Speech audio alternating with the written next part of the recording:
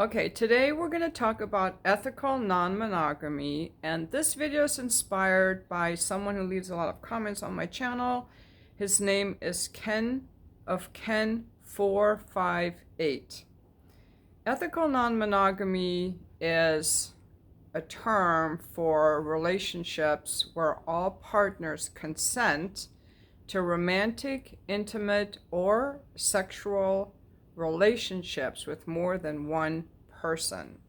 This is not hookups. This is not friends with benefits. This is not smash and dash. This is consensual non-monogamy. It's considered ethical. Now, I'm still reading the definition because it's based on open communication, honesty, and mutual agreement. It's different from infidelity because of the informed consent involved. E&M, as it stands for E&M, ethical non-monogamy, relationships can include polyamory, open relationships, and swinging. Some say that E&M relationships can help people explore their desires more openly, feel less shame about their needs, and maintain their independent identity and interests.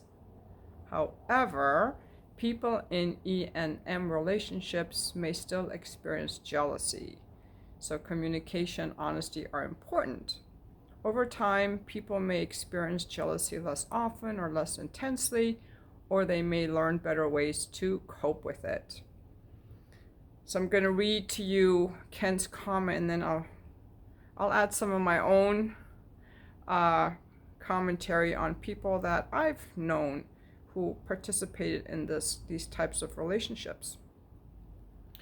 He left this comment on a video called Maintaining Sexual Novelty in Your Long-Term Relationship. I'm not going to link the video. Well, I guess I could link it. I'll link it right up here.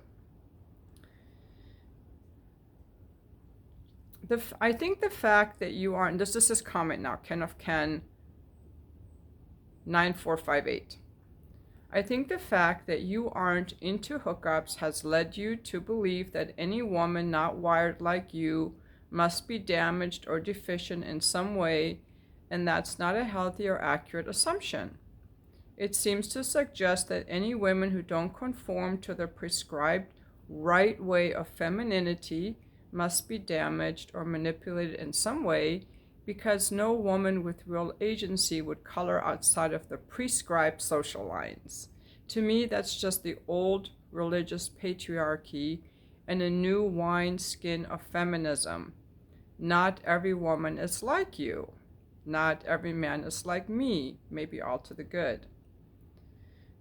You said it yourself that monogamy is a social construct. The idea that only permanent monogamous marriage track relationships are real is a social one, not some inescapable fact of biology. Yes, the whole thing about resources and pregnancy is real, but we've had reliable contraception for 60 years and more, and fertility, for women at least, lasts only about half of the human lifespan, and with good health, sexual capacity and desire can last into a person's 80s easily. I have no doubt that there are women and men who are promiscuous out of trauma or other emotional pathology, but I can tell you it's not the case with the women I am involved with. They're all on the E&M spectrum, including polyamory or swinging. 2 of them are life partners of mine. One is married, her husband knows, and I function almost as a co-husband to her. She and her husband have a good partnership in most respects, but I provide a physical and emotional closeness that he is not good at providing and which she needs.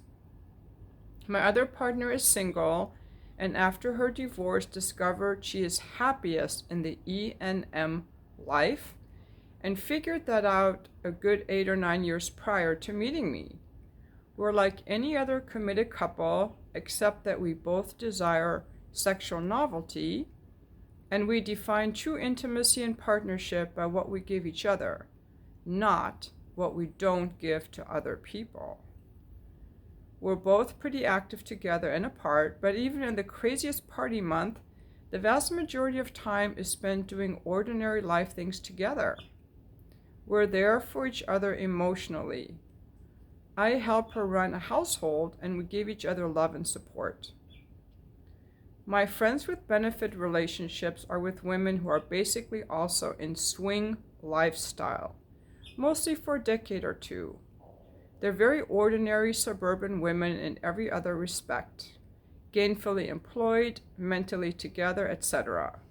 They seem to have raised good families, mostly with adult children by now, often married 25 or 30 years or sometimes more. This is just how they maintain novelty. So I love this comment because it shows that there are so many different ways that people can have relationships. And he obviously is very good at relationships and getting women. So if any of you are interested in how he does this, or, learning more about polyamory, ethical non-monogamy, leave some comments. I don't want to take anything away from him.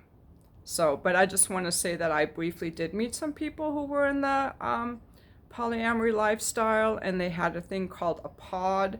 And they also were on this Showtime show called Married and Dating, something like that. Yeah, these people, Polyamory, Married and Dating. I actually met them. They're from San Diego, and I used to go to their events. They had like couples events, and they had like play parties that were like sensual play. It's Kamala Devi and her husband, Michael McClure. And actually, the other couple got divorced. She married someone else. And these, Kamala and Michael, their relationship almost blew up because he fell in love with this other woman who moved in with them. And Kamala got super jealous because she would always get jealous. But she had her own lover. And I just got to meet a lot of these people. And their relationships involved a lot of processing. And I think, I remember Michael got up at one event and he was like, I'm so tired of processing. I just want to have sex. That's fun. So that's when he met, I forgot her name now. But anyway, you can watch that show on Showtime. It's pretty interesting. And the thing that really struck me about it was how good they were on their communication, how honest and open they were. And that a lot of their relationships involve communication. And in their pod, that they had rules that other people could only join their pod if they added to the pod. So there was no sneaking around, and that people used safe sex practices, and they would be fluid bonded. Like the other woman in the couple, she was fluid bonded to her lover, but used condoms with her husband, stuff like that. And they would have like regular dates with each of their lovers. Like, it was very fascinating. And that's also where I learned about making requests, like, can I touch your shoulder? If someone says no, you say thank you for taking care of yourself. And I actually went to their polyamory event, which was like a 3-day event, clothing optional event in Desert Springs. And this was like, I think it was in 2015 or 13. It's somewhere around that time frame. So I was very intrigued by the freedom of just not being tied to any one person. And at this polyamory event, I could sit with this person, I could sit with that person, and I didn't feel obligated to stay sitting with this guy because I could sit with that guy. And it was such a free thing. And it wasn't just all sexual. Like, you could just hug this person, you could hug that person.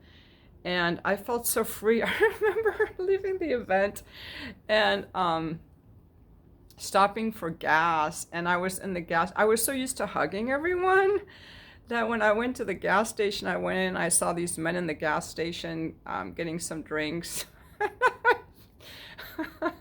I went up and I'm like, they need a hug. So I just hugged them, and they were just shocked. They were like, where did you come from? And I was, because I was just in the space where we were just all so free. Um, of course, I would never do that now. I'm back in the in the matrix.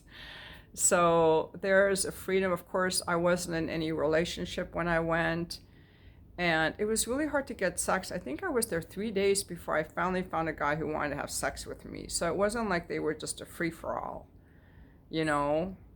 Um, it was very interesting. Yeah.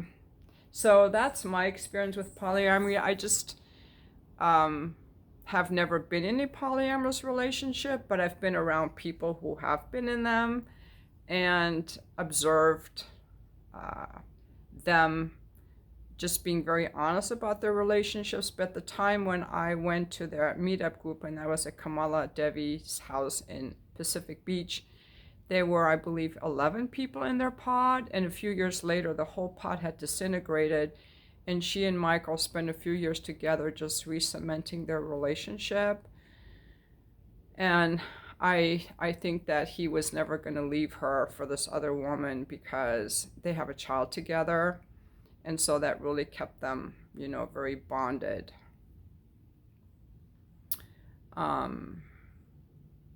I wrote about my experience in that polyamory retreat at the in my book, The Fuck List, and I had some pretty good experiences there. I had some really good experiences there.